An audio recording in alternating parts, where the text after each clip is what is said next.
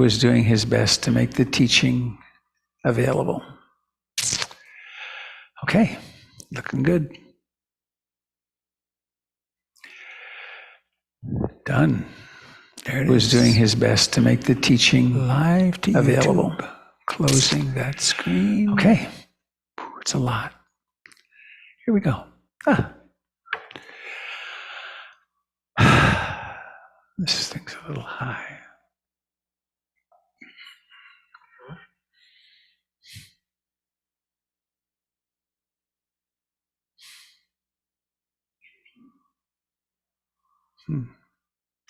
I see one or two of you that I think I've only seen on Zoom before. It's pretty. Who's here for the first time? Anybody for the first time? Yeah. 1, 2, 3. Welcome. I have something come to mind when I do that in asking. I hope this is useful to you. In fact, I hope it utterly transforms your life. That it can really help support your spiritual practice, and that really does change our lives. Danny Mankin, hello. Still alive, I see.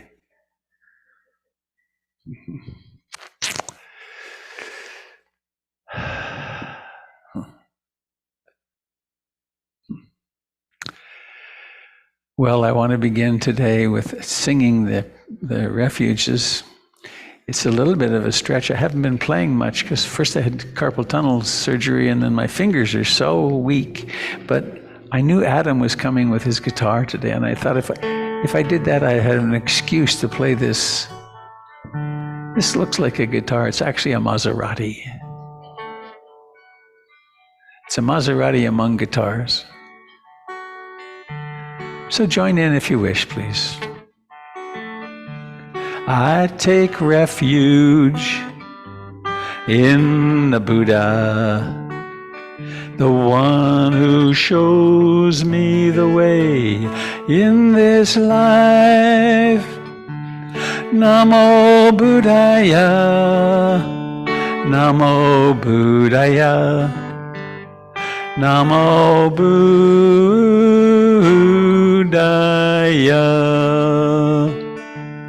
I take refuge in the Dharma, the way of understanding and love. Namo Dharmaya, Namo Dharmaya, Namo Dharmaya. I take refuge in the Sangha, the community of mindful harmony. Namo Sanghaya, Namo Sanghaya, Namo Sanghaya.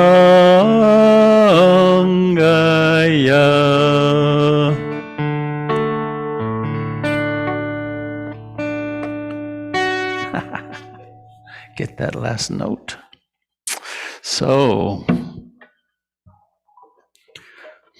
that's not supposed to be happening.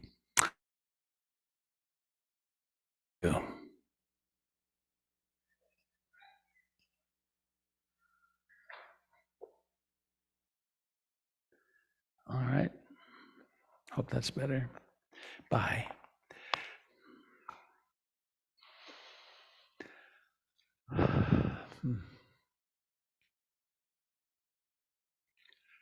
For more than 2,600 years, people have gathered together and to do exactly what we're going to do here today. It's pretty amazing, isn't it?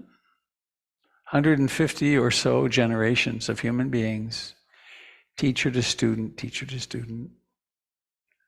have passed on this way of waking up, of becoming more loving, becoming kinder, suffering less and less.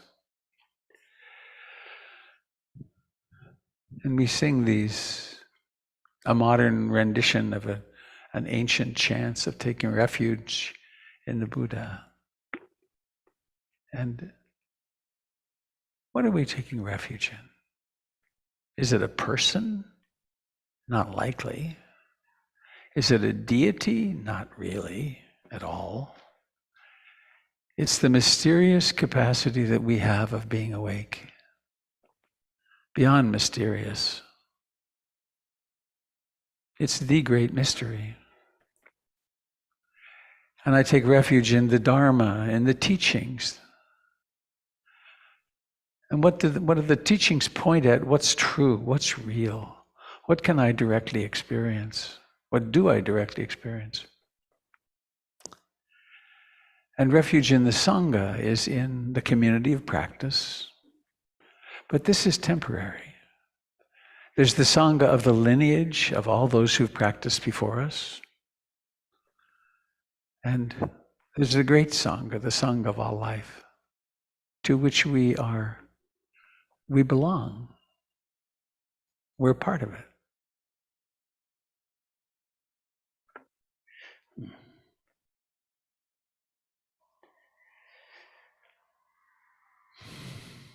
So, if your eyes are open, please be aware of seeing. Seeing.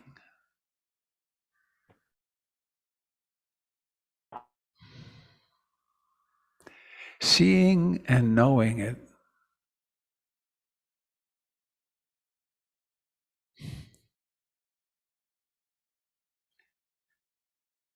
And then, if it's safe enough for you, you could let your eyes be downcast or closed.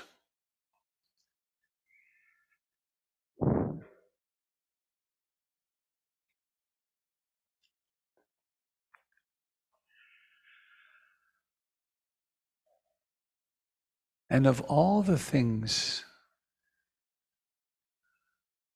we can attend to,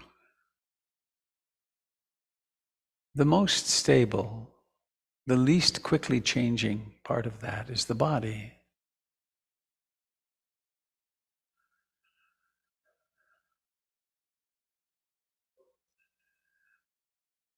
And so we come home to this livingness, to where the body touches the chair.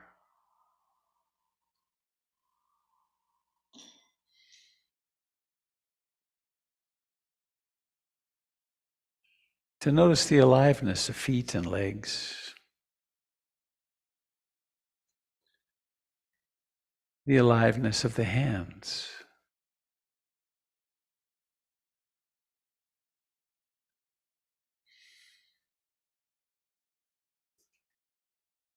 and the fact that the body breathes.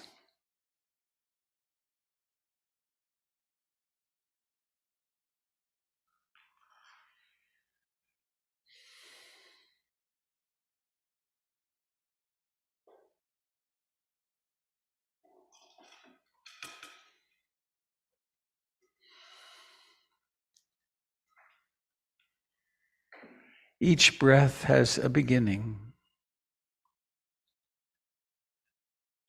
then a rising to fullness, a decline, and then a vanishing.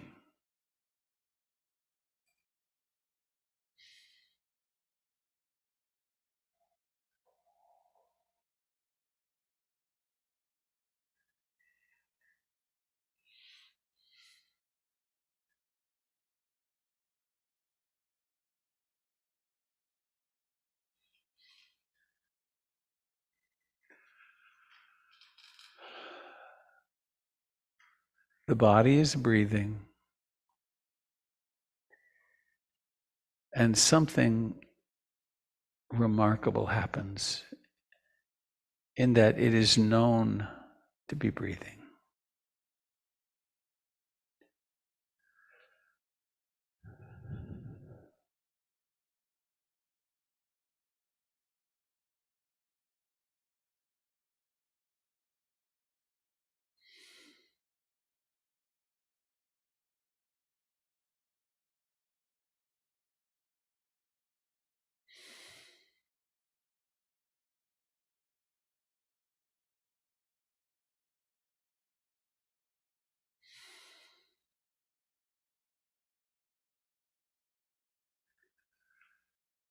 There's more to us than the breath and body.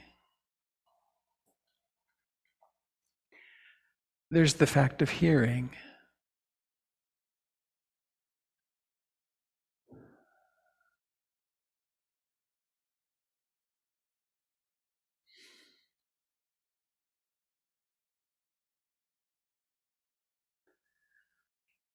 And there's all the various activities of mind.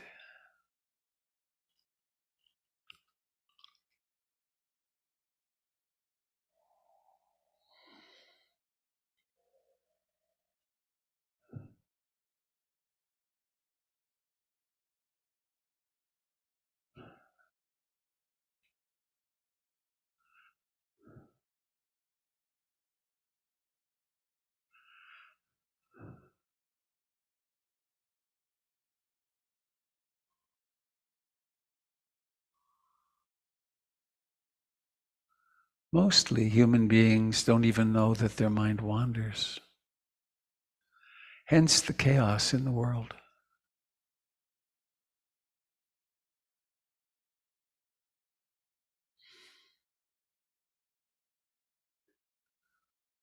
But as soon as we sit down here with the intention of staying present with breathing, the fact of the wandering mind becomes pretty obvious.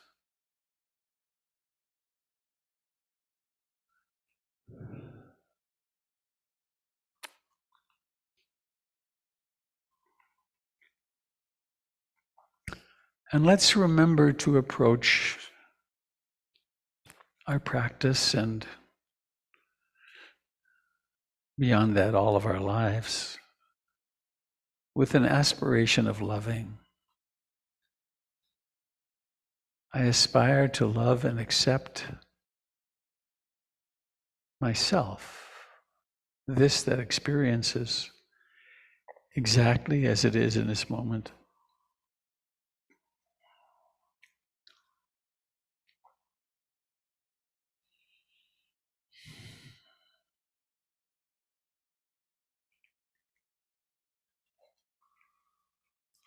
So please come home.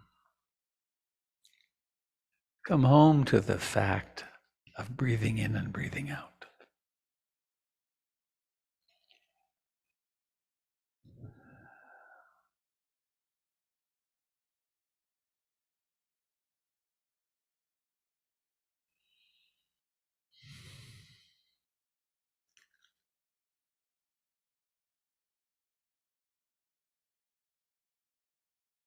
And when mindfulness awakens in the middle of a wandering mind, whether it's a tenth of a second in or 10 minutes in, simply noticing, wandering. Maybe even make a little mental note, wandering. And then come back to breathing.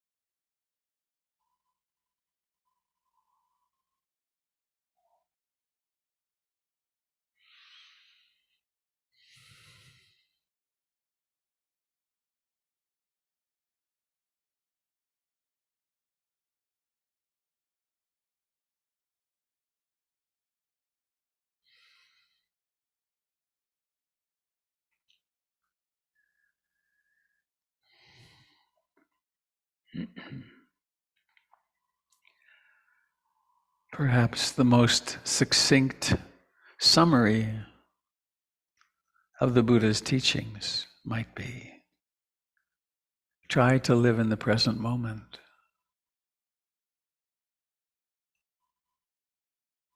And to do this,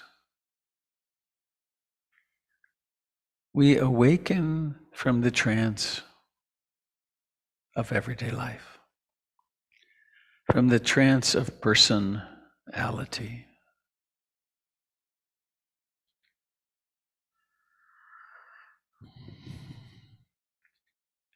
We develop a certain objectivity toward what are known as the 5 hindrances, toward sense desire, wanting.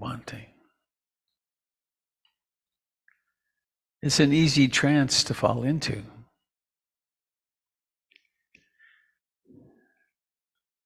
Or its opposite, not wanting, disliking, pushing away.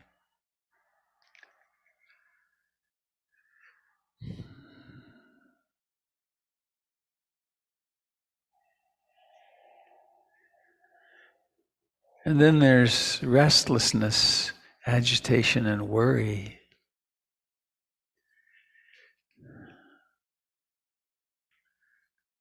Or in a way, it's opposite, sloth and torpor, dullness.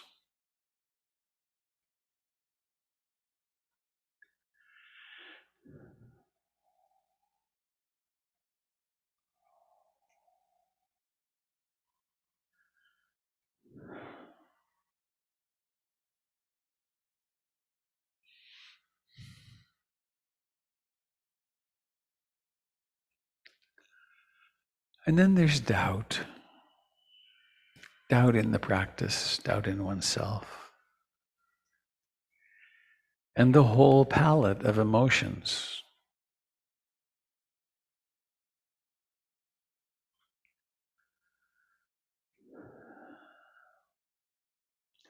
Moment by moment,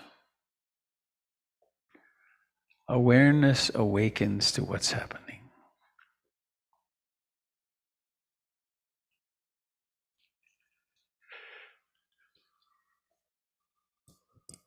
And we come back again and again and again to being right here, right now, with this breathing in and this breathing out.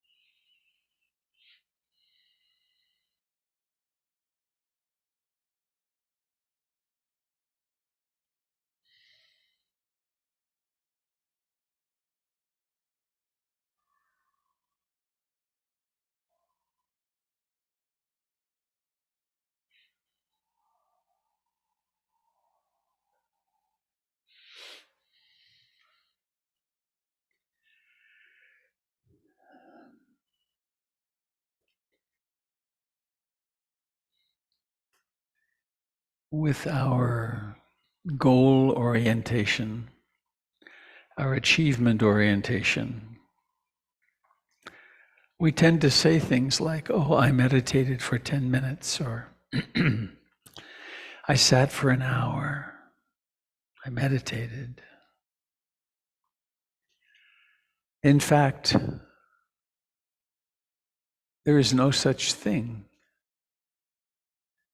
as a half hour of meditation. There's just this moment. And this is what we can experience. It's what we do experience. It's what we are. So there is this breath, and it begins now. It goes through its rising to fullness, and then its decline.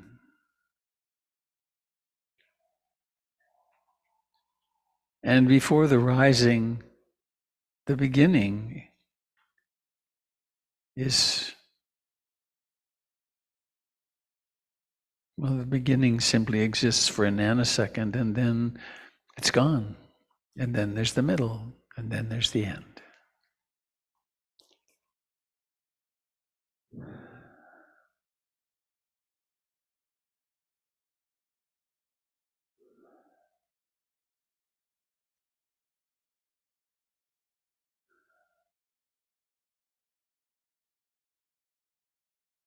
So one of the things we abide with, we contemplate, we observe, is what's called the Anicha, the not permanent nature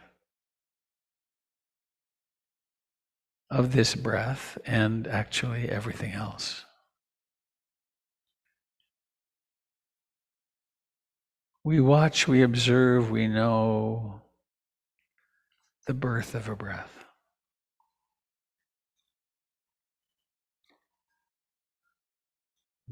We are present for its lifetime, and then it's vanishing.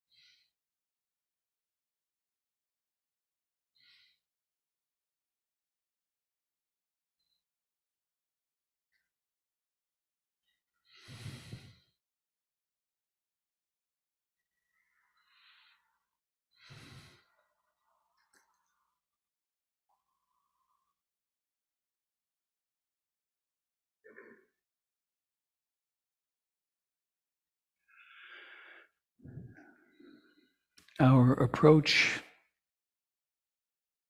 to such practice, the style of our approach is very important.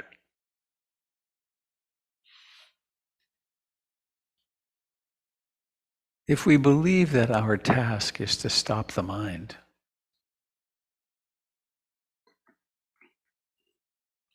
we're in trouble.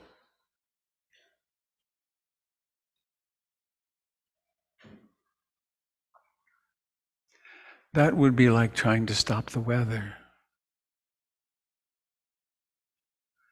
And we become frustrated and quit.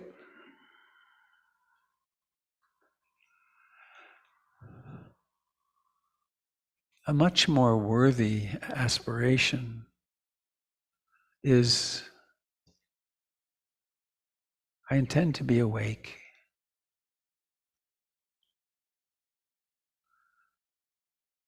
I intend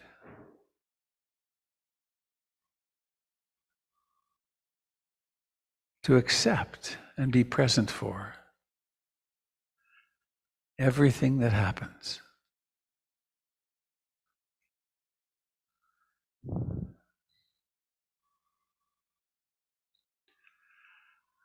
So that means that the wandering mind becomes something of great interest.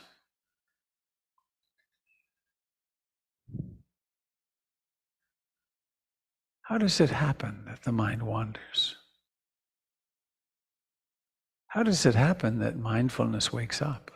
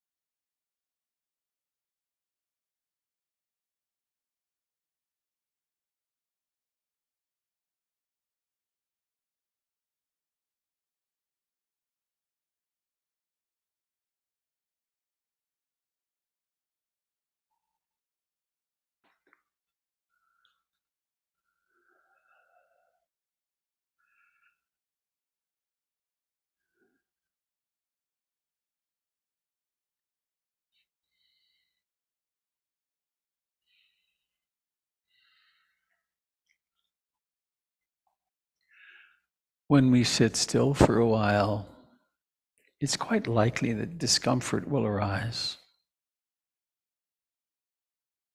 That's normal for human bodies.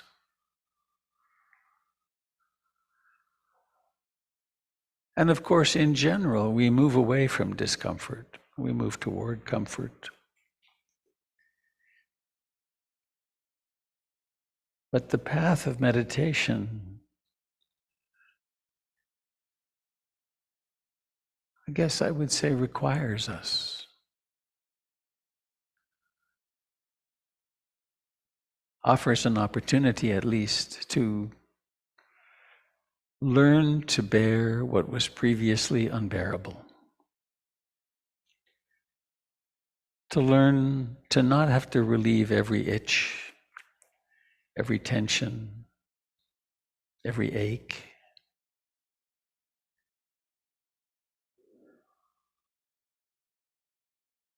To develop the capacity to be in life fully, not numbed out, not drugged out, but wide awake.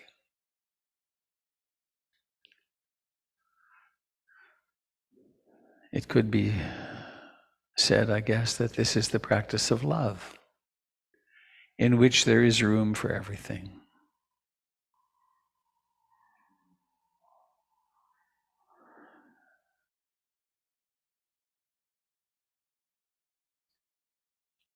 And so we're present with the in-breathing and out-breathing.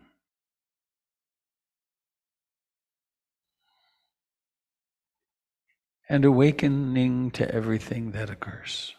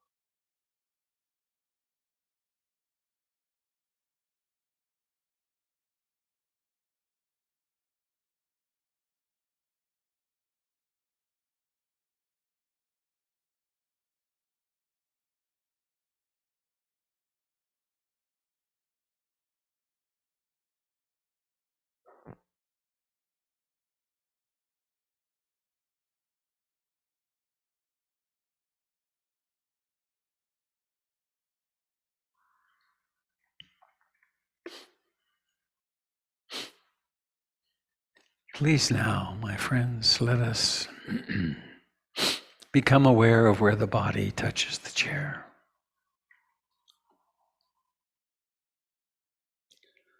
Receive the aliveness, which is feet and knees and legs.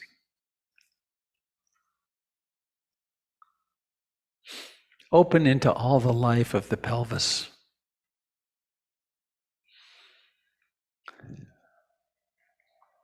Awaken in the cradle of the pelvis where the inner organs are. And upwards into the chest, abdomen, the back and the sides.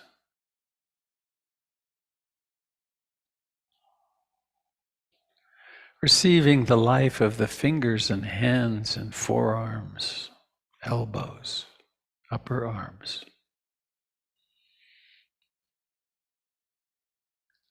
The life of the throat and the jaw, the cheeks, the eyes, the forehead.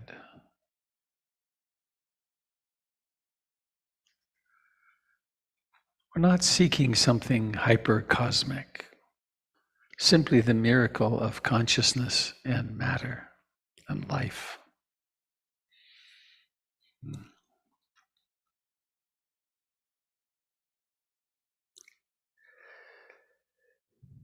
And please now let us inhabit the eyes. The eyes as matter. Notice how with a bit of will you can move them around. They can make clockwise circles or counterclockwise circles. They can go back and forth and up and down.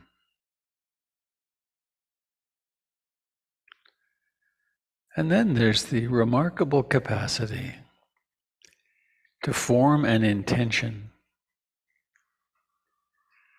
The intention to open the eyes.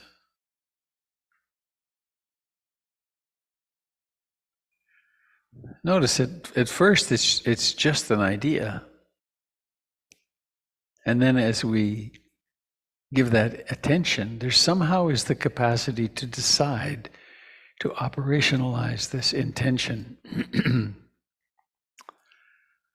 And then to ever so slowly and mindfully do the work that is required to raise the eyelids and be present for what happens. Be mindful. Be heart mindful.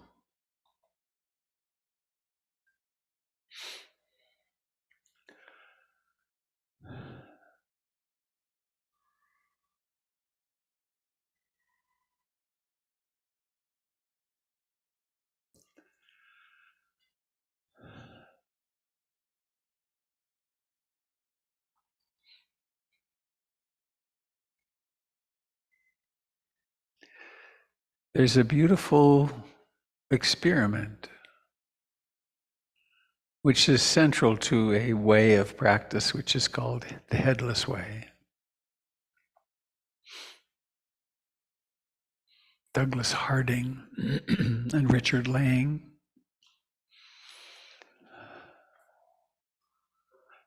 In this moment, we could try that little experiment, which is I invite you to look up here and to see this face.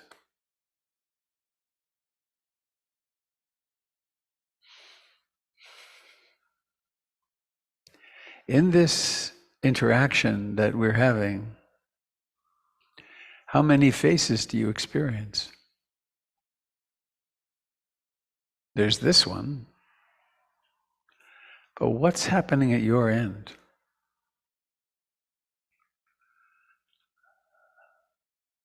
I propose that if you have a face at your end, you're in imagination. Because you don't have a face at your end. I have your face. What do you have? You have a field of awareness, an incredibly sensitive, the utmost in sensitivity. We're trained, it takes several years to train us that we have a face. But as meditators, we can just let that melt away. And what are we then? We're simply that which knows.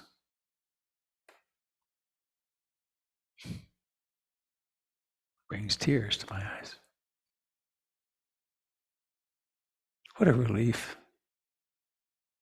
Being somebody is such a drag. I mean, is your somebody not kind of a pain? Kind of.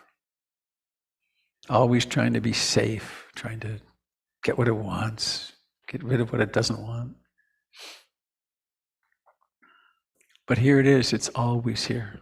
This is why we talk about mindfulness or meditation not being something one does on the cushion. It is something one trains with on the cushion. But you can easily drive the car in awareness.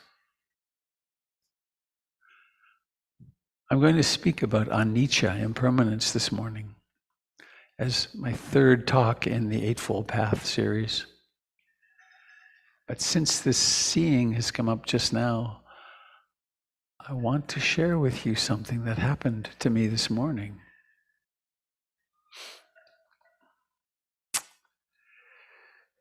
I was being bad driving over here, and a text came in, and I reached up to touch my phone, and I was at the junction where the street I come, one of the streets, I take a route through the back streets.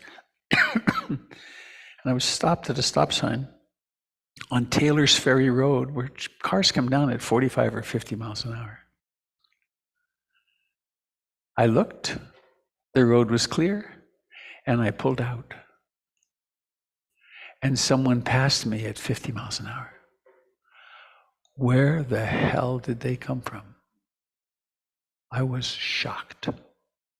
If I had gone a little faster or gone a little straighter out, I would not be here. I might have lived, but it would have been bad. There was a hole in my mindfulness. I was distracted. Crazy. Not so uncommon, but it was so striking to me this morning. I mean, that maybe that car suddenly appeared there and it wasn't actually driving down the street, but my hunch is it was driving down the street and I simply didn't see it. Whew. A moment of grace. So I have a few announcements.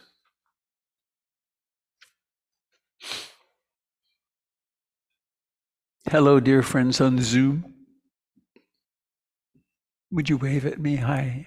Yes, there you are. 41.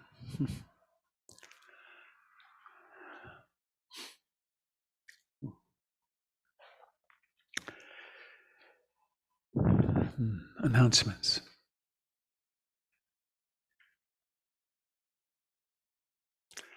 I'm going to do them upside down today. I normally speak of Dana at the end, kind of as an afterthought. But I want to do it first today.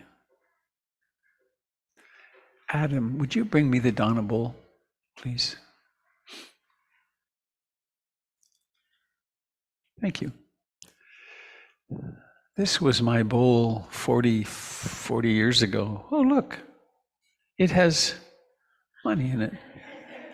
It is a picture of, God, he looks stern, doesn't he? Poof.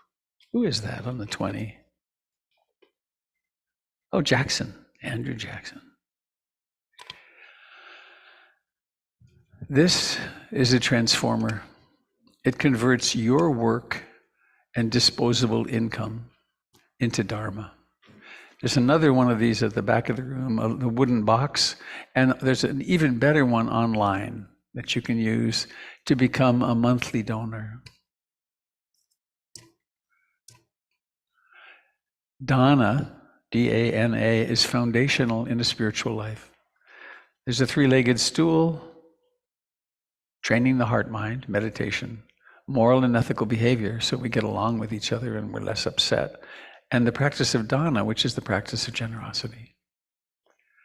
And we do this not for somebody else, or not even for the outcome, but because of this. See this gonger that's for the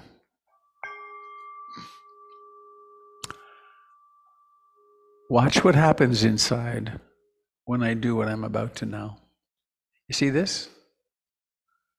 It's mine. I'm stuck with something to defend, and you're left out. If I were instead to say, you see this? This is ours.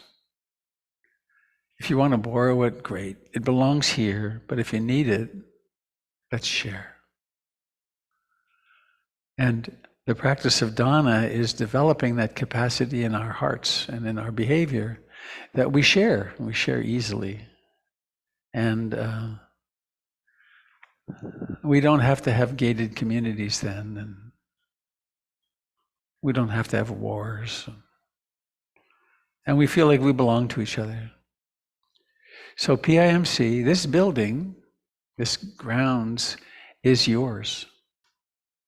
It belongs to a nonprofit organization, which means if you participate in that nonprofit, it's yours. It really, and it's not a metaphor. It is. It's not mine. It's not Jim's.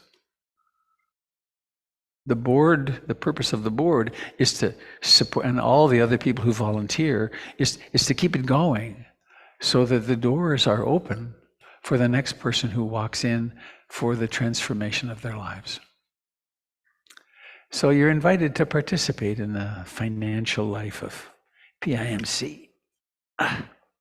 And you're also invited to never let a day pass where you don't practice generosity in some way, beginning with the generosity of time for yourself, for your own spiritual practice. Announcements. Connie is here.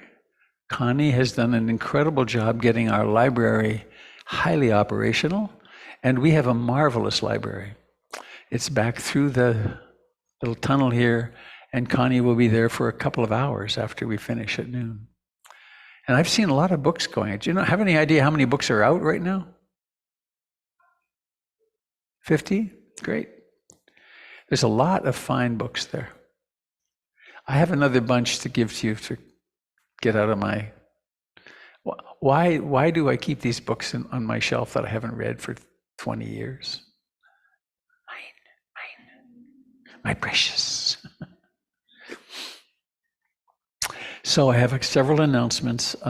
They're actually flashing by on my screen.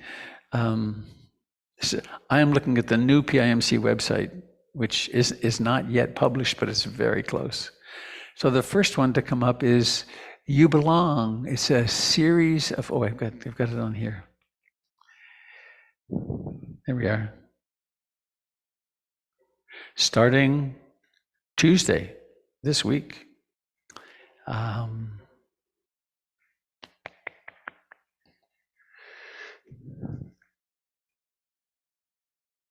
It's being sponsored by the Diversity, Equity, and Inclusion Committee, hosting a 4-week discussion on connecting and belonging while reading through the book called You Belong, A Call for Connection by Sebene Selassie. Kendall Summers and Laura Dow will guide the first conversation on how we feel we do or don't belong and how we compare ourselves to others. The information for that is on the PIMC website, portlandinsight.org. And all are welcome. No one is turned away for lack of funds. Tonight at 6:30, there's 2 things happening online. One is our Be Queer Now group, the gay affinity group, LGBTQIA affinity group. And also Kendall Summers teaches every second, or first and tonight's the night. She does a loving kindness and insight meditation gathering at 6:30. Beyond that, Doug Pullen's class is beginning very soon, his introduction to mindfulness. Women's Restorative Rejuvenation Circle, starting 4 Fridays, is starting up in a few weeks. That's on the website. And Jim's half-day Qigong is coming up later in the month.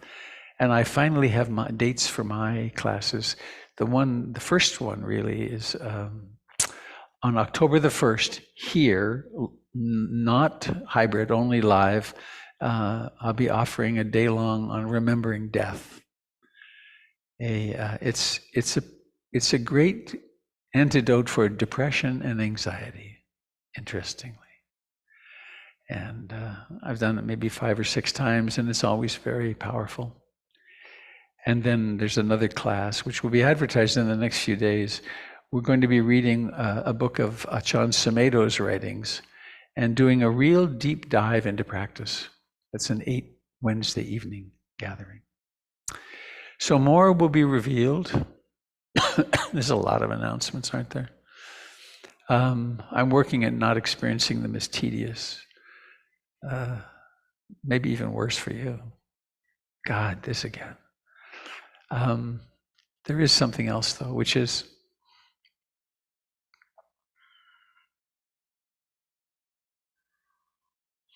we have 2 communication links. One is called the Connections, and that has fairly frequent information going out, and another, which is our announcement list. And you can find them on the website. And if you want to know what's happening here, I suggest you connect with them and get put on them, because among other things, every Monday, Gregory Malouf and Molly Balin, a couple, Gregory teaches here. They produce something called the Weekly Digest, and it has everything in there. It's very beautifully done. There.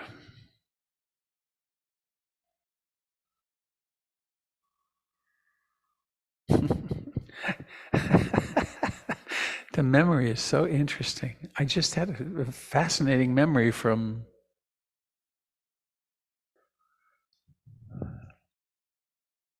60 years ago, more. Did any of you go to a church where there was the church bulletin? It was a little 8.5 by 11 sheet folded over, and it had the announcements. So no one made the announcements. They handed out the bulletin. It's an idea. Maybe we wouldn't have to talk about it. I guess the digest is the bulletin. That's what it is. Okay.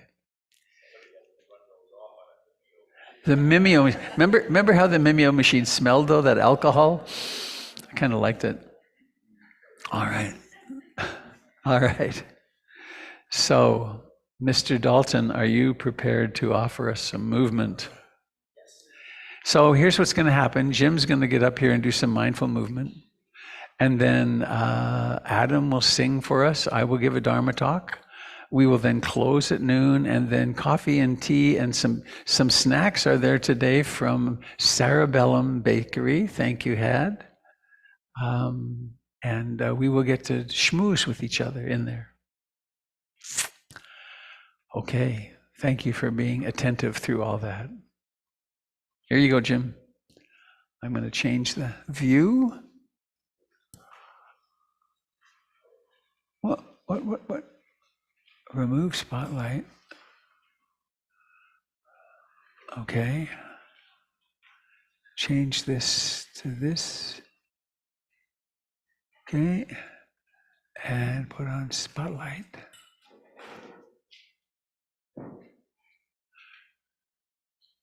All right.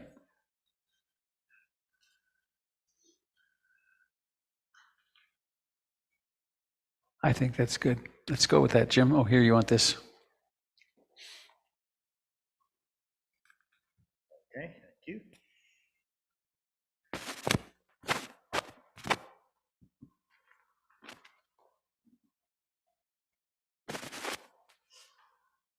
Testing, yes.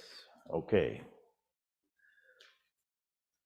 I'm dancing with a guitar. I'm going to move. Can you hear me? All right. What should I do with that? Slide this over there. So you guys can see me. Zoom can see a whole bunch of stuff. Which way? This way, this way. And my left is my right, and my right is my left. And let's just stand and get in touch with our feet. And then open the hands in front of us and just feel the life in your hands.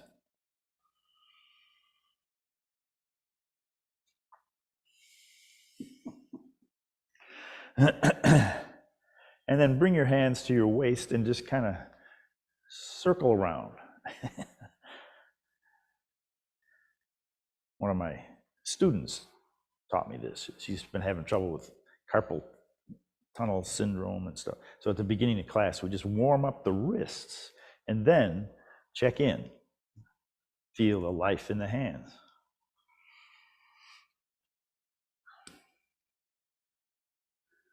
Reach over with your thumb and touch your index finger.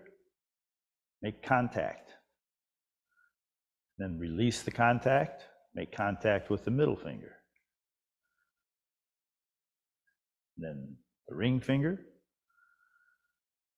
Contact, release.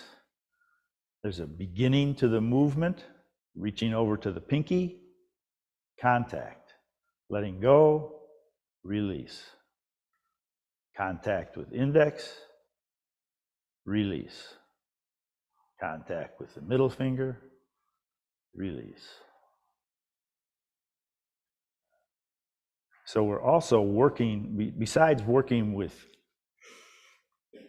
the sensations at the tips of the fingers, we're working with earth, water, air, and fire. Reach over and touch the pinky and release. Touch the pinky and hold, and you're making contact. There's bones, there's earth, there's the earth element, there's something solid in here. There's a sensation of earth. And then open. How do you get it open? Because of the water, because of the lubrication. You can feel the opening and the closing across the palms. If you bring your hands together, you can feel the heat, the fire.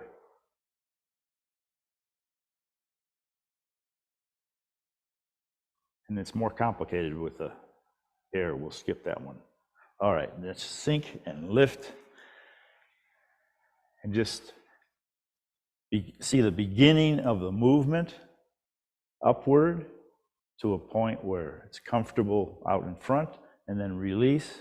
It's got a beginning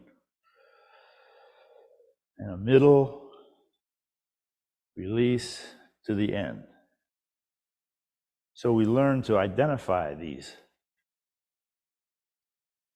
moments of mindfulness. Here is the beginning. Here's the journey through, and here's the end. Now, what I'm told by Chinese teachers of Qigong is that the air element is moving the arms. Or you could look at it from the standpoint of Western medicine as oxygen is moving through our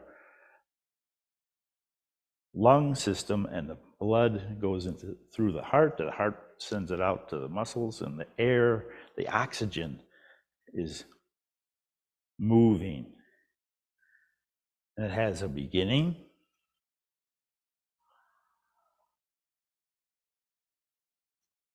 and an ending.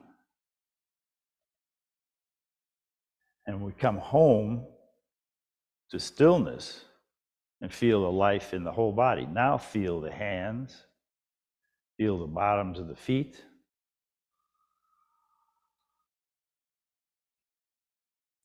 Reach across with one hand and lift up. Move across and release. Again, there's a reaching across with the other hand, a beginning, a journey.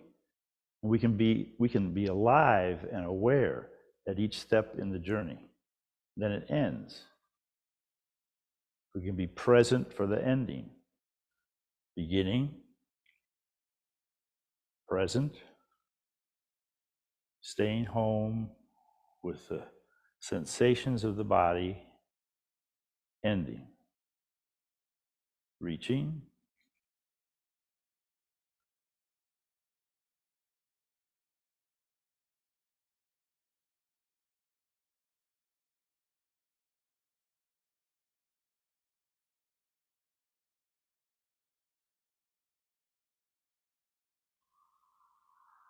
so we're home and still,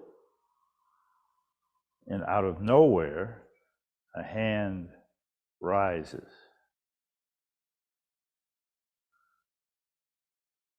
And disappears into stillness. A hand rises.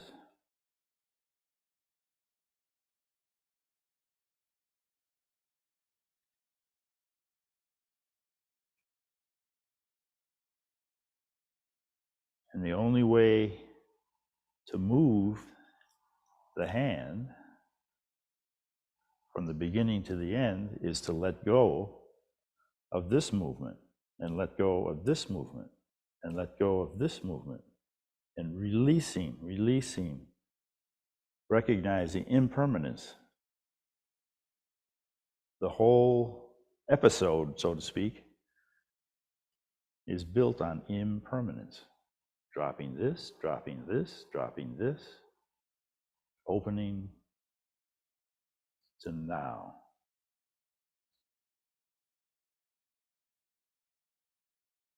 We do the same thing with forward and back. It begins like this.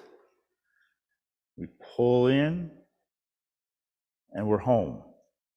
We leave home.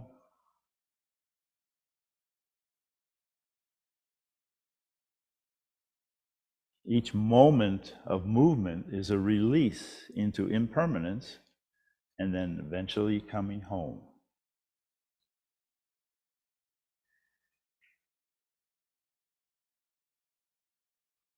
But home doesn't stay the same. It changes.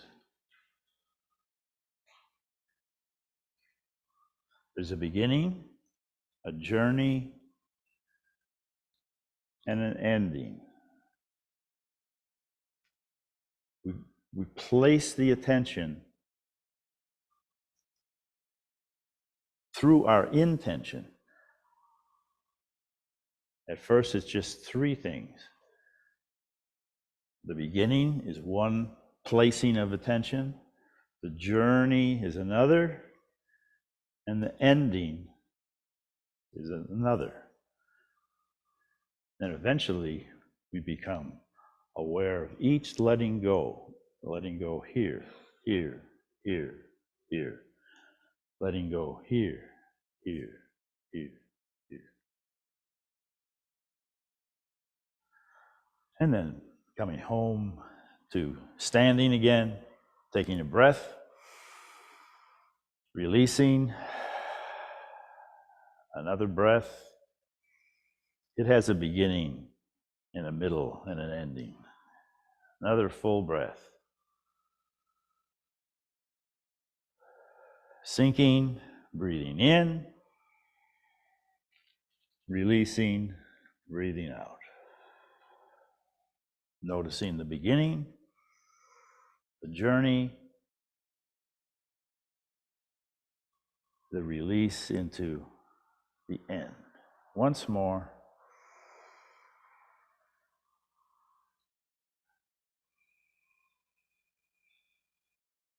And then open the hands and feel the life.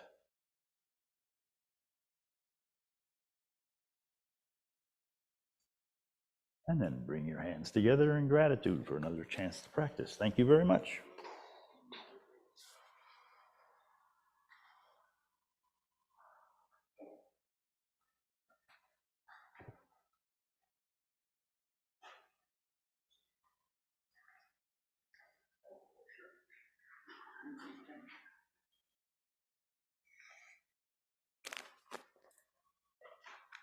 You want this?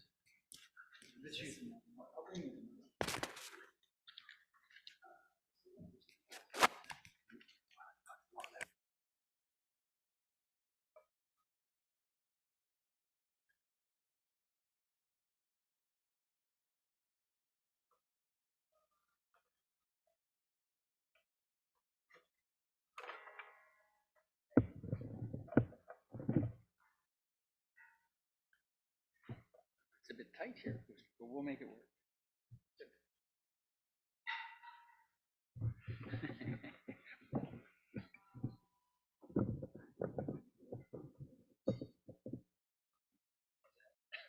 It's high. Yeah, Oh, is that high? it's high. Yeah. It's on my third eye.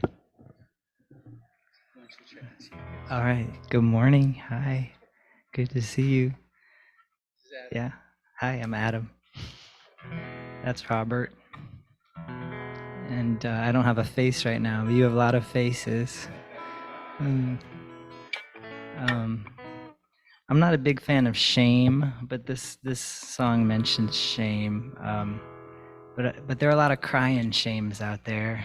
So, and I believe one of them is forgetting what I come to the practice to remember. So that's kind of the context for shame here.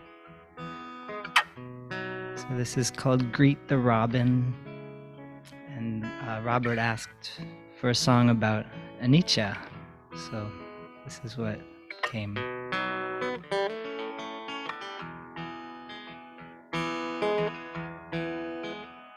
The biggest shame in living is forgetting I am dying.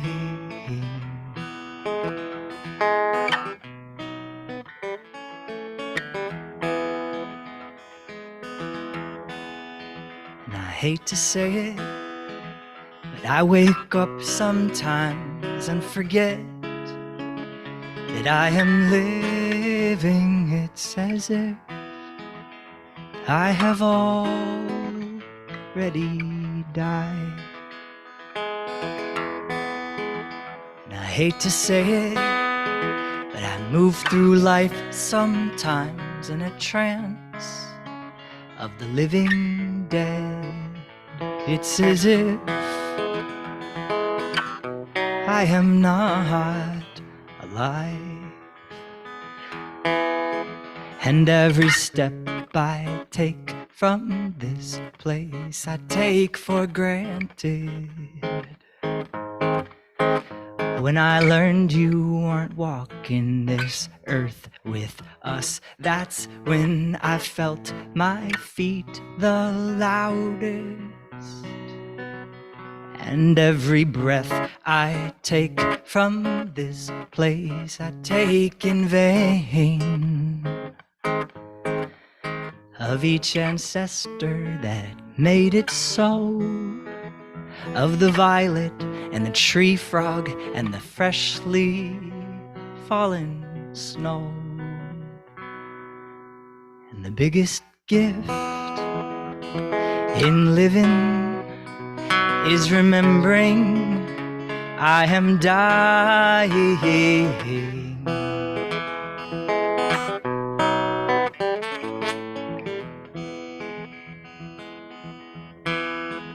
To feel the ache of the hardwood, to smell the dry dirt, to greet the robin.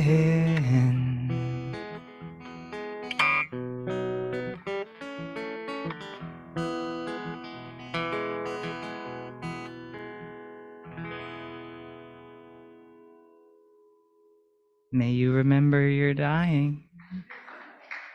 Thanks.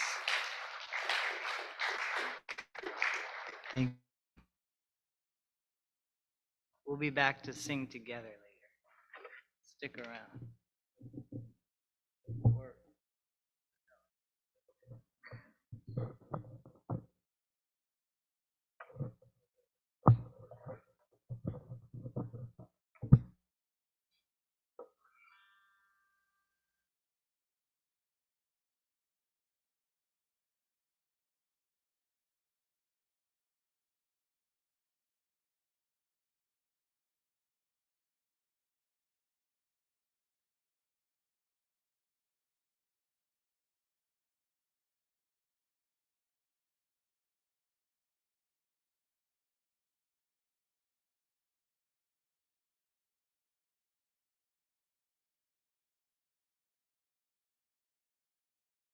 Wow.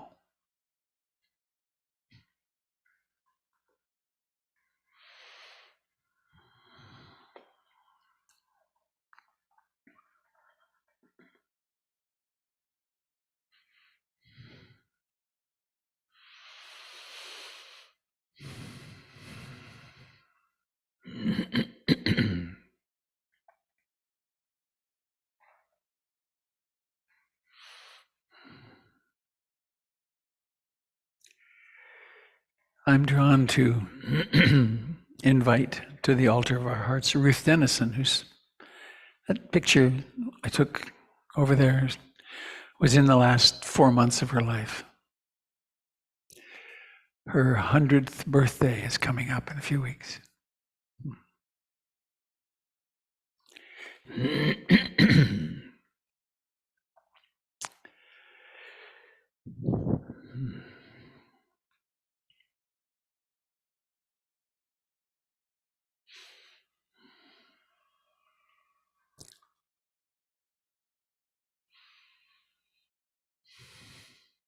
I have a tickle congestion thing happening in my throat, so I may have momentary coughings.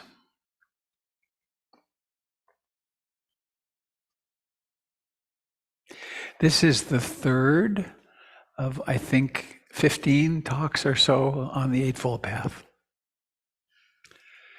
The first talk was an overview. The second was a description of the four ennobling truths: dukkha, its cause, its end, and the Eightfold Path.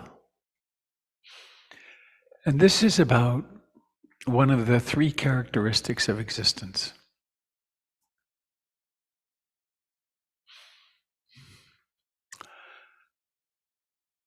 I have no idea how many times I've given this talk. It's always interesting to me. Anicha. In the Pali language, it is Anicha. The Pali is the language that the Buddha's teachings were written down in. Anicha, not permanent, contingent, subject to change.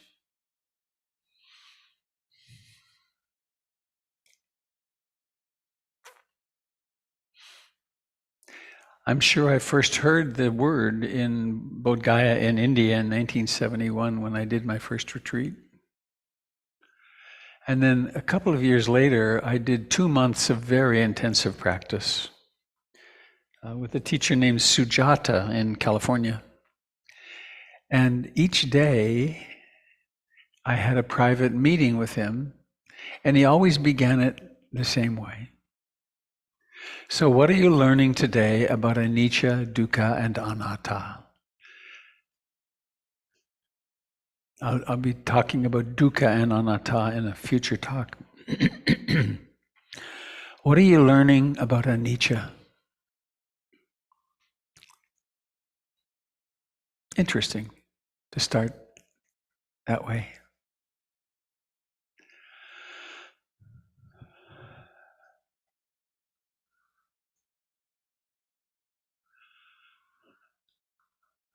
I like to think of the Buddha's teachings as what they are, which is science. And what makes science science is the observation of reality and then creating a theory of how does it work? Why does it operate this way? How can we predict? And then one creates an hypothesis. And then one develops instrumentation so that you can actually see what you're looking at, measure it. And then one tests the hypothesis, and one tests hypotheses thousands and thousands of times. There's a favorite hypothesis that I like to test when I do a talk like this. I guess my keys will make a nice dramatic object. Do you believe in gravity? Well, here's the test. What will happen if I let go of this? You convinced? Why are you convinced? Because you've done it thousands of times. Right? You did it as a child, throwing your food on the floor.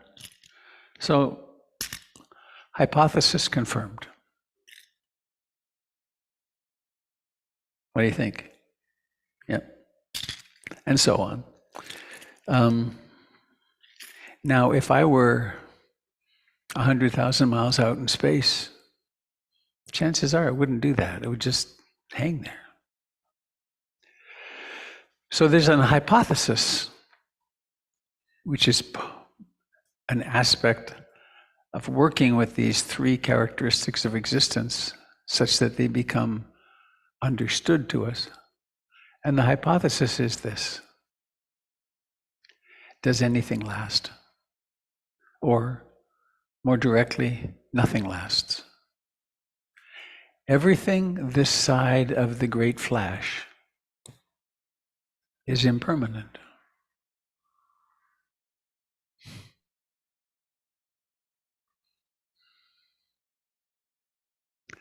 That's a heavy statement.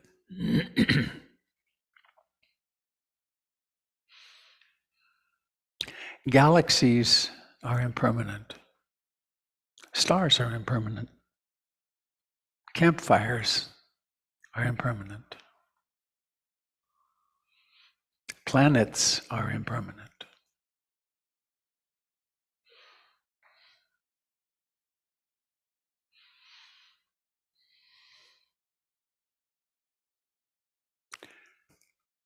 How many of you have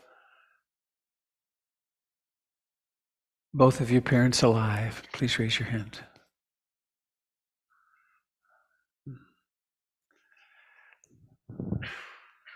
I want to do it the other way. How many of you have had one parent die? How many of you had two parents die? Whoa, a lot of us.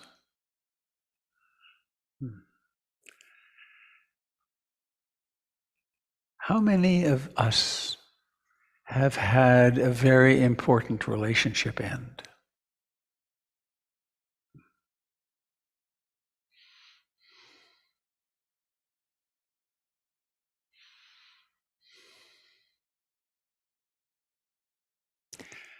How many of us have changed our political or our political understandings substantially in our lives?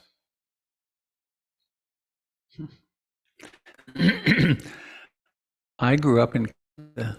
During the war. There were draft dogs in Montreal. I thought the Vietnam War was a great idea because of the domino theory. I was caught in that. Didn't last too long. But it was.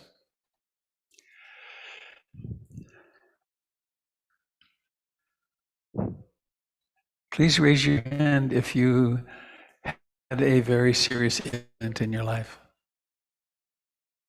Injury.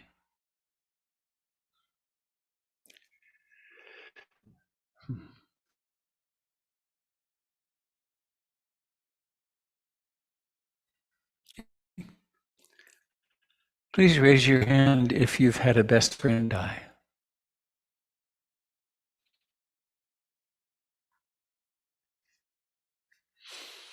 How about a life partner?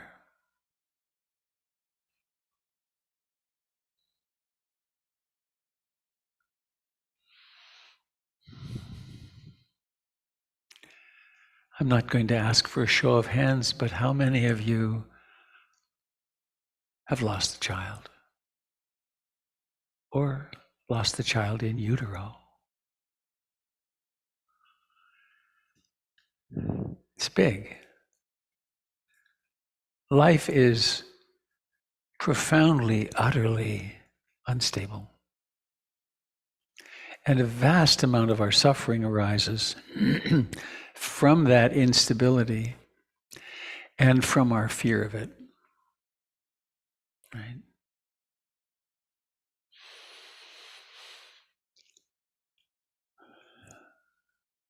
Anicha.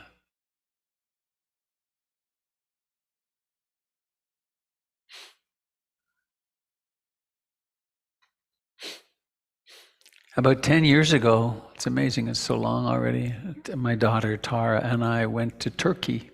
We had 18 blessed days together in Turkey. What a hospitable place it was then.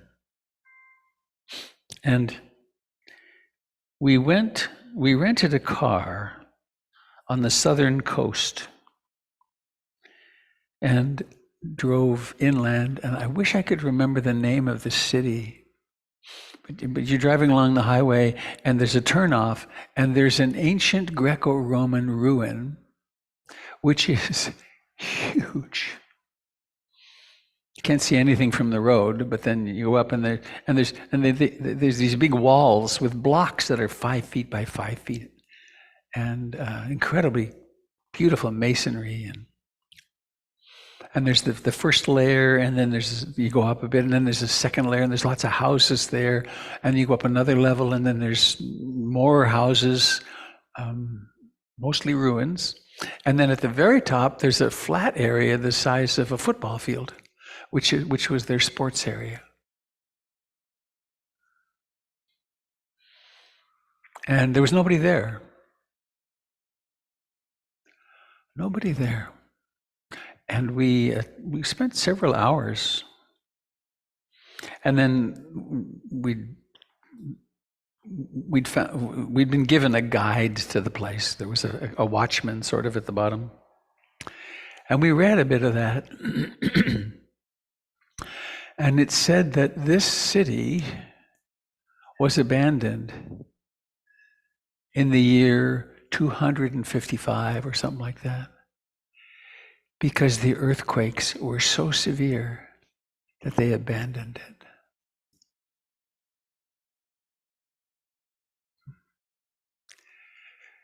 We are predicted, there's a 50% chance in the next 50 years to have an earthquake in Portland, all up and down the West Coast, right? The great, it's called the Cascade Fault. That happened 360 years ago and 600 years ago. It happens periodically. If it happens as one earthquake rather than bits, it's quite probable that Portland will become a ghost city. We actually, we have this beautiful new deck out here, the wheelchair ramp. We have ADA, we have wheelchair accessible restrooms. We also have along the walls underneath you can't see it from anywhere. This building is now tied to its foundation. And there's a plan. I've actually signed a contract with the city. Within 7 years, we will be building, we'll be putting 2x8s all along these walls, and they'll connect to the special new fittings that are down under the floor up to the rafters to make this building possibly survive such an earthquake.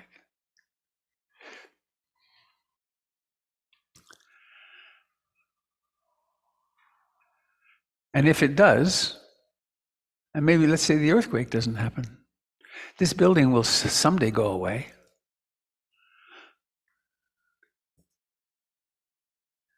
I was with Stephen Levine, a wonderful Buddhist teacher, 40 years ago. I had my son, who was 7 months old, in my arms. And Stephen said this, which I found difficult. Every relationship ends in separation or death. I had my baby in my arms. Every relationship ends in separation or death.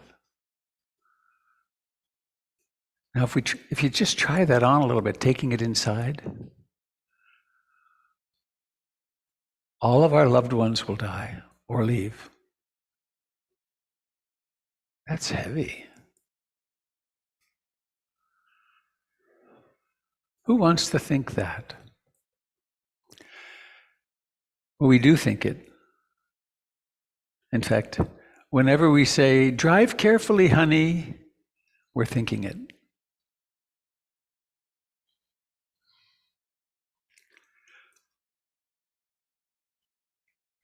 My wife Jennifer and I, and actually my daughter and I do this too. When we part, we don't say "drive carefully." We say in a sort of humorous way, it's a bit like the song, "Don't get dead." Because that's what we're afraid of.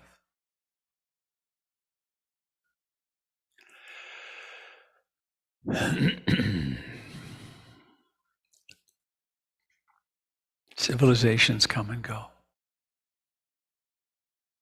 Right? The dominant world powers come and go.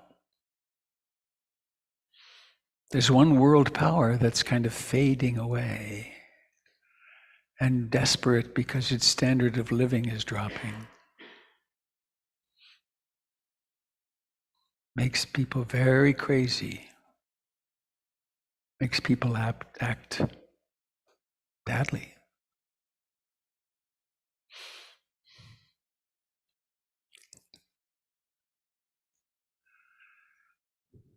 Oh, I missed a couple of layers.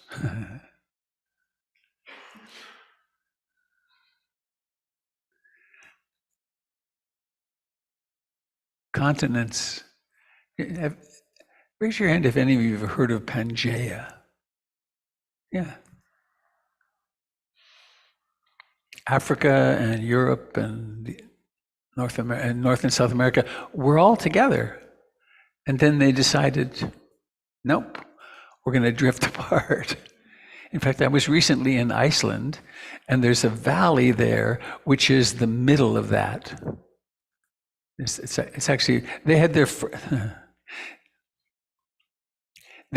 first democratic choosing of their government 1,100 years ago in Iceland. We didn't invent democracy. And where do they have their meeting? For some reason, in the middle of this Rift Valley. It's quite something. So the continents are moving apart. And because they're moving apart, there are things like volcanoes and earthquakes. It's all really unstable. Okay. Is my point made?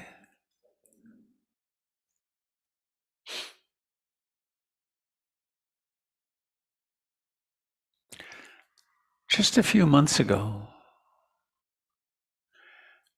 I was reading the news and there was an announcement of some person whom I knew, a famous person, who died at 81.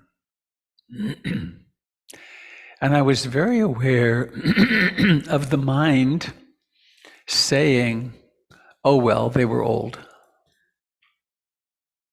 And then, unusually, I remembered that I turned 75 at Christmas. When I turned 70, my wife and daughter created in this place a birthday party to which 170 people came. And here's the sadness. It was like, good God, those 5 years were very short. And it's not far from here to 81.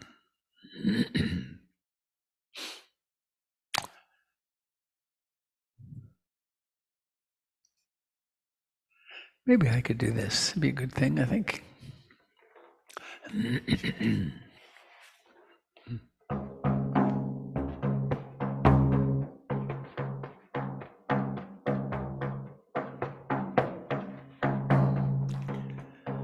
My death is certain.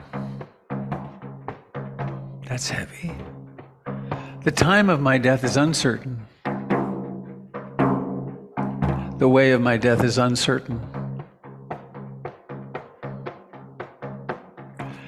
How then shall I live my life?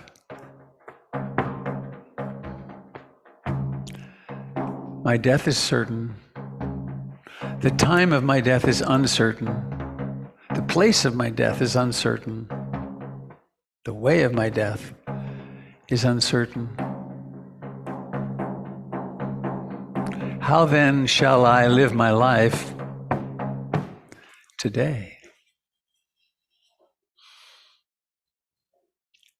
Do you find yourself living as though you have forever? Or do you find yourself in circumstances that you think are going to last forever? Like being sick. I'm just having an intrusive thought. A dear friend of mine is right now sitting in a hospital in Toronto in Canada with her mom who's on her way out.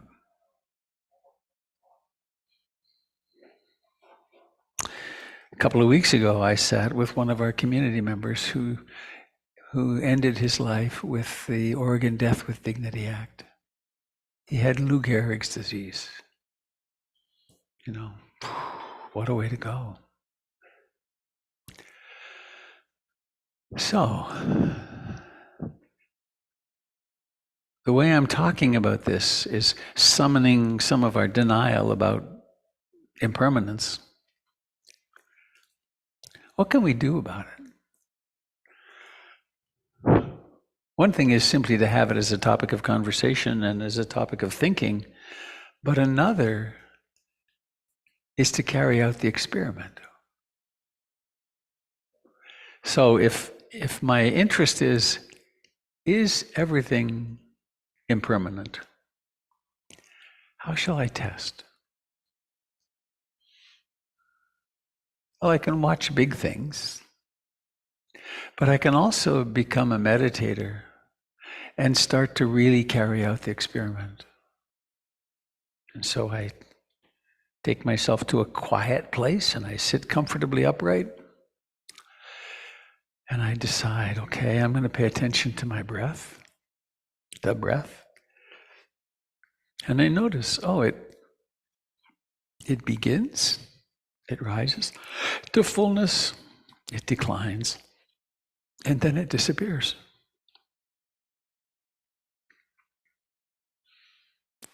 The mind wanders, and it may wander for 1/10 of a second or 10 minutes or 2 weeks. And then something happens, which is mindfulness. And then there's the capacity, I can come back to the breath.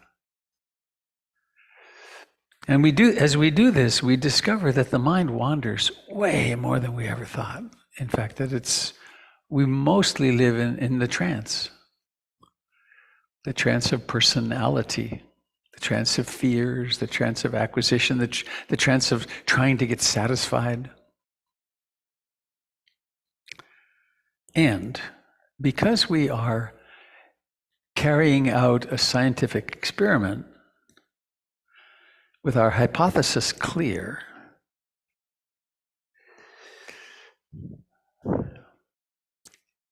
is this awareness permanent? I'm going to stay here and stay with the breath and then gone. And then awake and then back. Awake, back, gone, back. And this happens as a meditator hundreds, thousands, tens of thousands of times. When I speak about anatta, not self or not soul, I'll really go into this much more deeply, but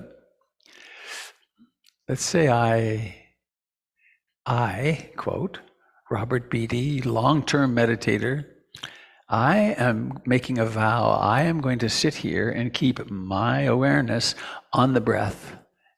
And then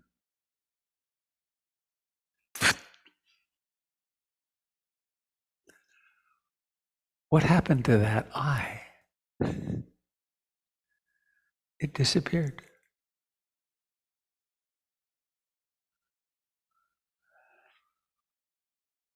That's weird. So as meditators, we listen to sounds.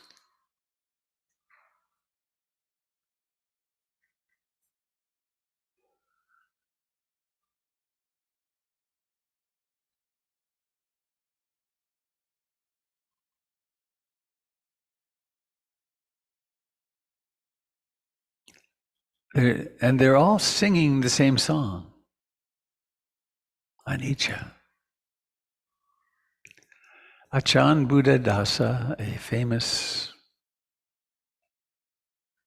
teacher of the last great generation, he died maybe 15 years ago, I think, maybe more. He said that the truth of impermanence blazes at us with the brilliance of 1,000,000 suns. It's a miracle we don't see it. We don't know it. Now, why is it important? Because we suffer. I'm stuck on the cars now. There's another story. This is from Ajahn Chah.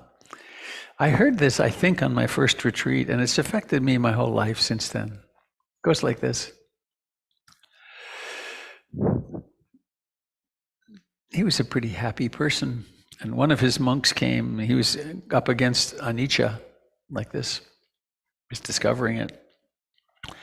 And he said, well, how can you be so happy in a world where everything's crumbling? And Ajahn picked up his cup and said, you see this cup? For me, this cup is already broken. And so every day when I get to drink out of it, it's really special. It's delightful. Because I know one day or another it will break in some way or not, and another. And so this teaching of Anicha isn't one of let's become dismal. Instead, it's let's light up. Let's become bright. When we sit down to dinner with our loved ones, let's realize this is really pretty special. We have an empty nest now. Again, my second empty nest. Adrian.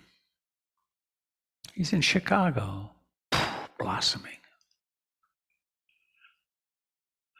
So the reason for going deeply into our practice and carrying out this experiment is the opposite of becoming dismal. It's about becoming happier.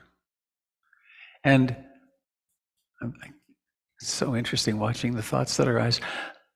My friend George gave me a really nice cup. It was a wolf cup, my spirit animal.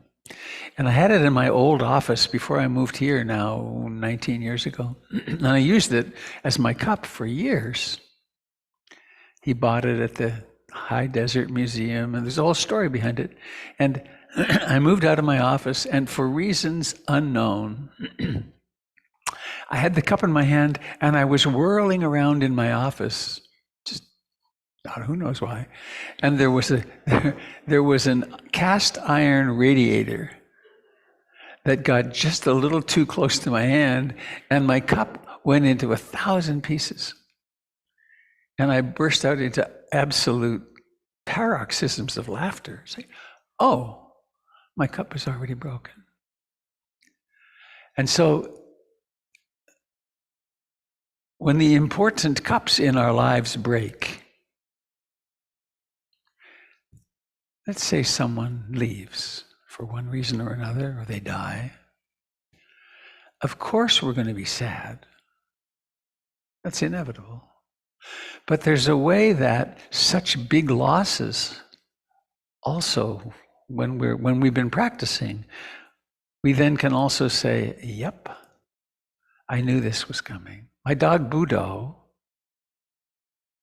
little white dog, he came to work with me all the time. And when I go to the restroom, he'd come with me and we'd get in here.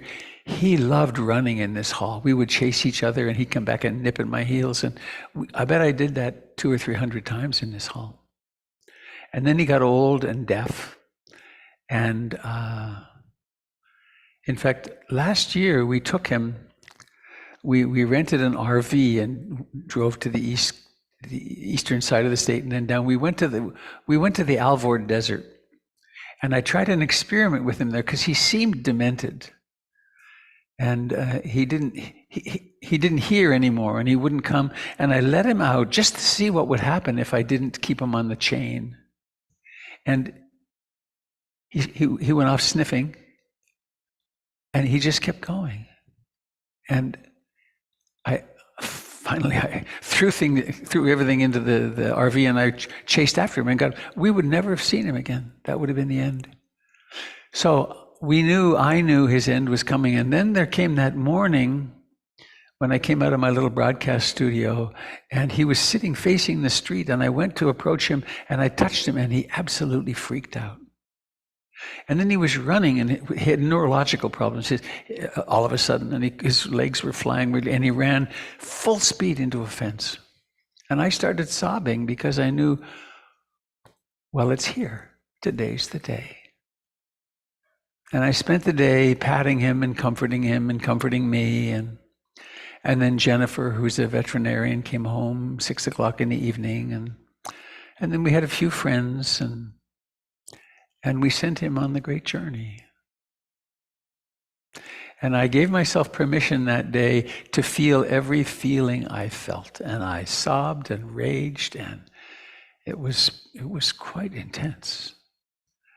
And then he slept in his little bed on the couch, or he was dead.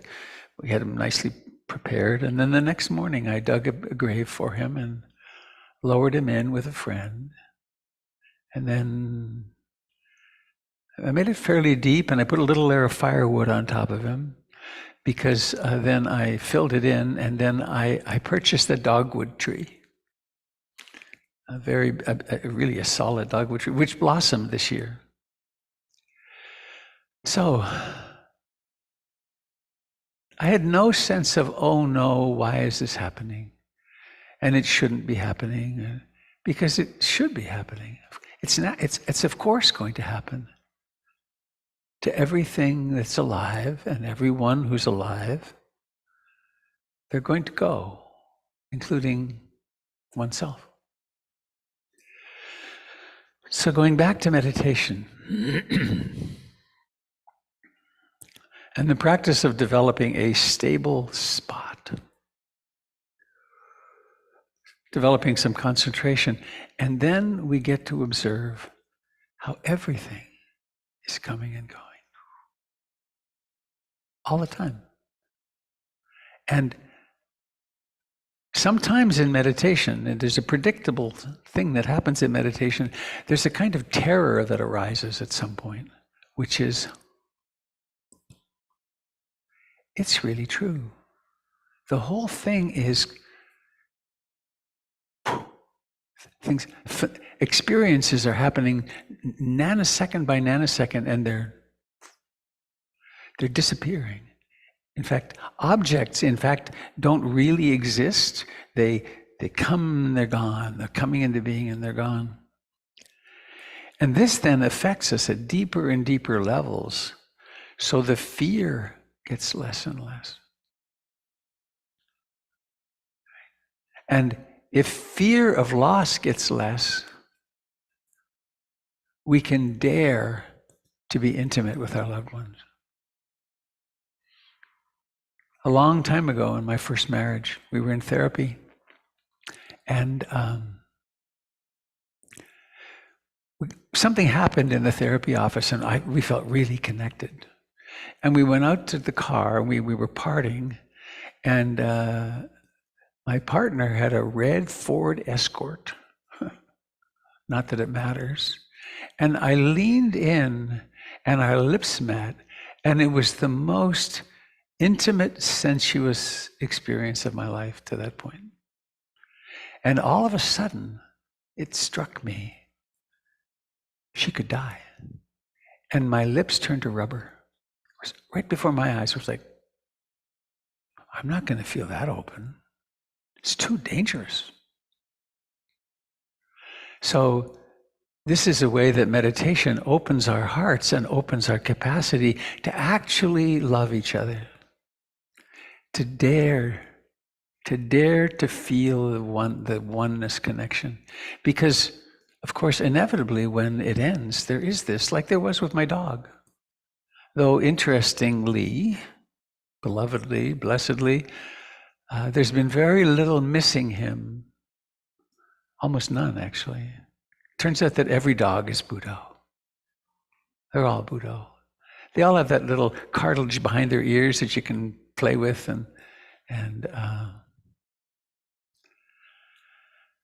so this is the teaching on Anicha takes us through grief and loss and fear, but what it takes us to is greater and greater freedom, because then we can participate in life, and we can watch the coming and going without holding on so much.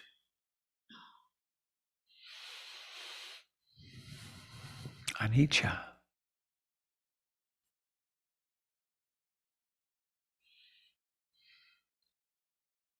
Oh, I want to do one poem. Is this the one? What about this one?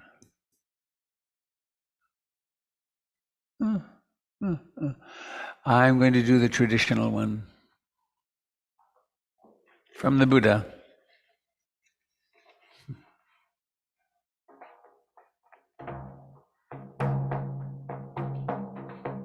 No. Change of mind. The time of our lives. This is by Tony Tacone. This then is what we are given, 10 or 20,000 days, wherein we watch a billion leaves born, then blush, fall, turn to earth, to silt, to ash so soft it will not bear a name. From this black dust we make our things, clothes, shelter, jewelry, fiction, stories in which we seek conclusion, our highest and most dangerous invention. For this culling of days, this harvest of dust gathers meaning only by our watching, our being, our sensation of what is forever being given, that our bodies are really only leaves seeking light, loved at last by the wind. For this culling of days, this harvest of dust gathers meaning only by our watching, our being, our sensation of what is forever being given, that our bodies are really only leaves seeking light, loved at last by the wind. And because I can't pass it up.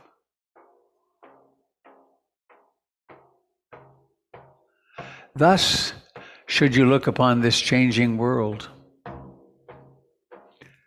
All component things are impermanent.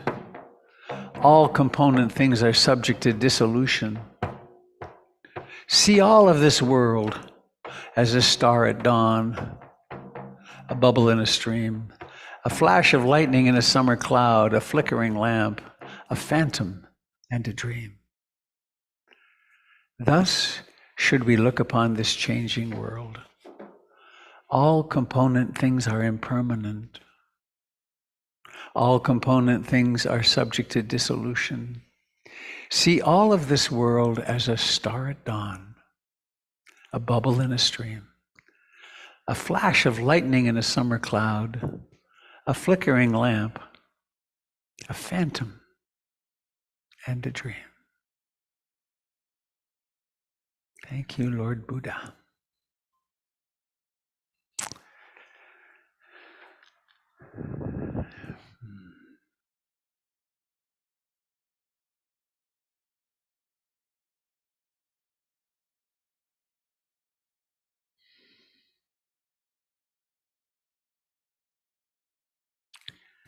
I just want to underline one piece of that.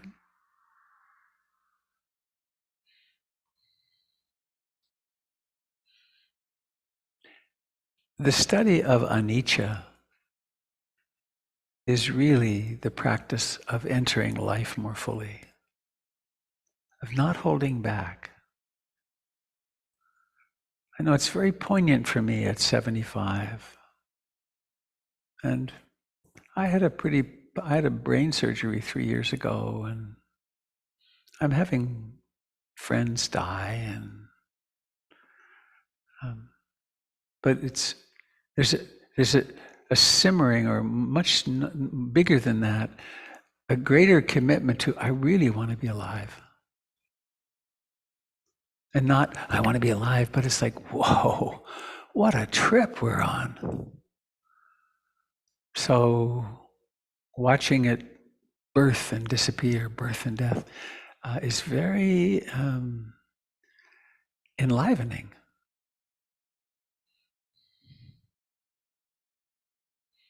So let's not stay numb. Adam, please. Thank you for your kind attention, and also thanks to you on Zoom. Thanks for being there. You get the chair.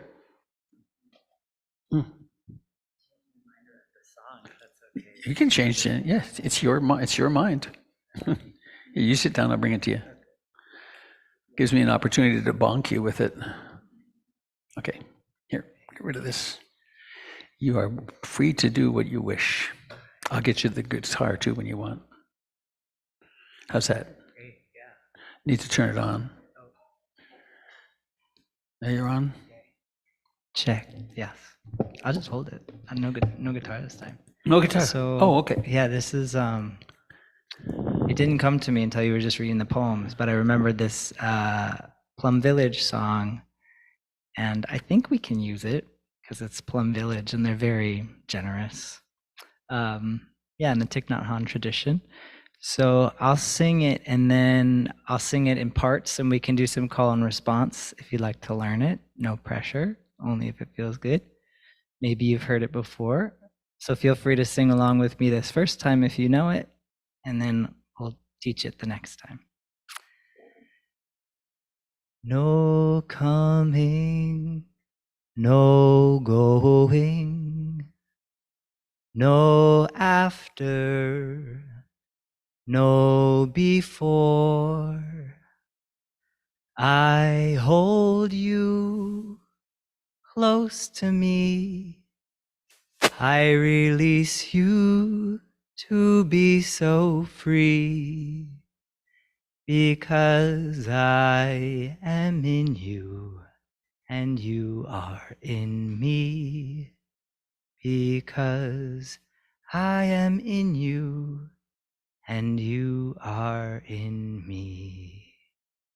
So if you'd like to respond, the first part is no coming, no going. Try it if you like. No coming, no going, no after, no before, no after, no before. I hold you close to me. I hold you close to me. I release you to be so free. I release you to be so free because I am in you and you are in me. Because I am in you and you are in me.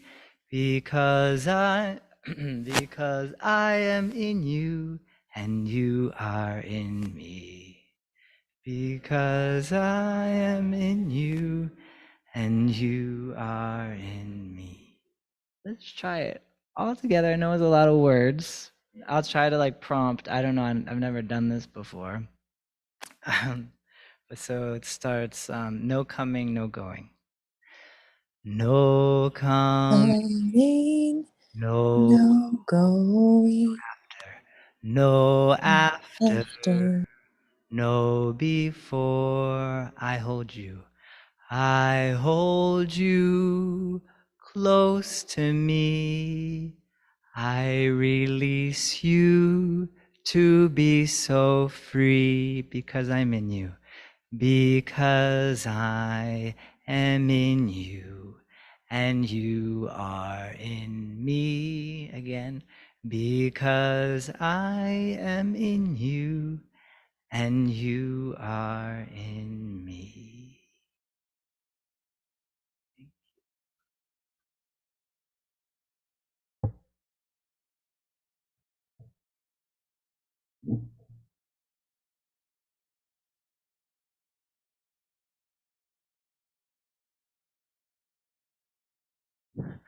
Let's do something we haven't done in 2 years, 2.5 years.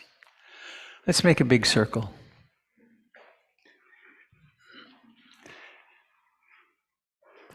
And I'm going to stay up here, so please, there we go. Please come up to make the circle here, through here.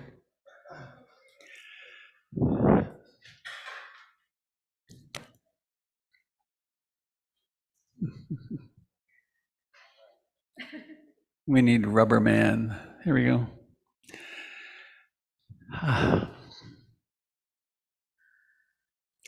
Please let us take a moment to look around.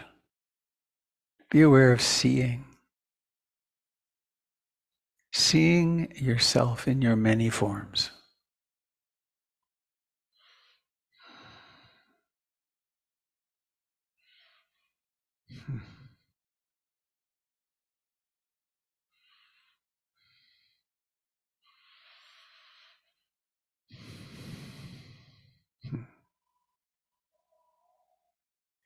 This is my idea of a good time.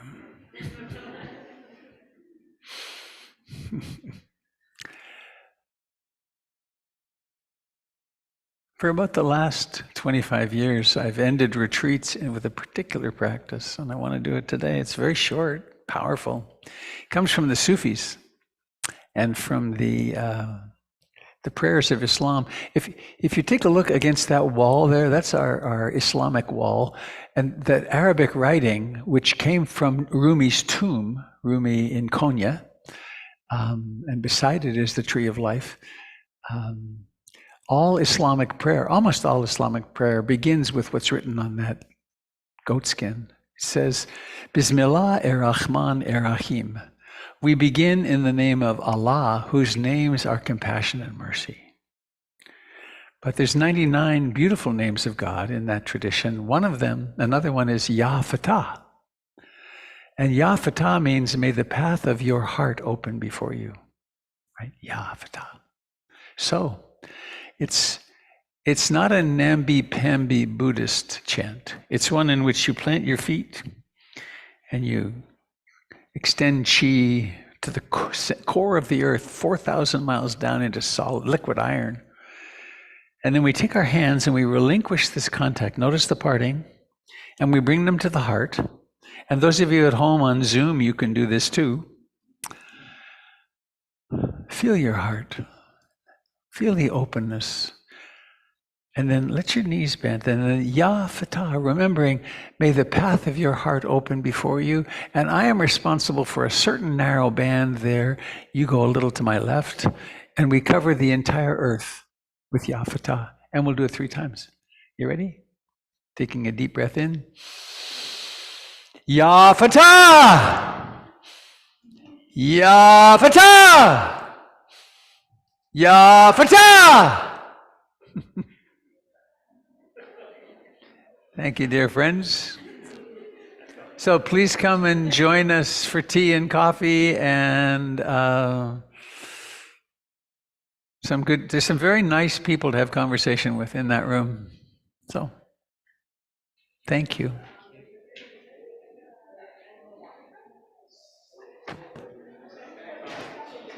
Robert, you were on fire today. Really? Absolutely.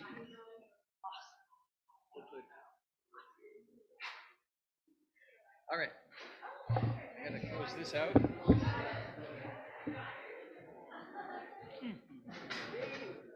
you so much for being here. I know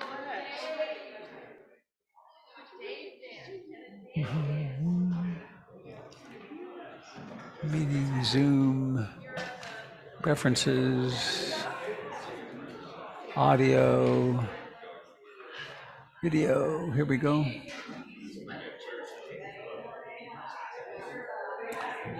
Goodbye, dear friends on YouTube and on Zoom. Let me come to see you on Zoom if there's anybody left. There we are. Goodbye, Sherry and Carol and Lady Jamie and Yolanda and John and Laura and Liz. Liz Bryant. Hi, Liz. It's pretty hot down where you are, I think. Can't get anybody else here. All right, Terry and Alberta. Alberta born. All right. Thank you, Jamie. Bye, Carol. Sherry, I'm coming your way in about a week. Let's see if I can come and see you for a few minutes to have a cup of tea. And Carol, maybe we can pull that off. Maybe we could get together. What do you think of that? We could meet at the Aroma Cafe or something. Anyway, till later. Okay. Bye. Bye. Thank you. Bye bye. See, what do we do here? This goes YouTube.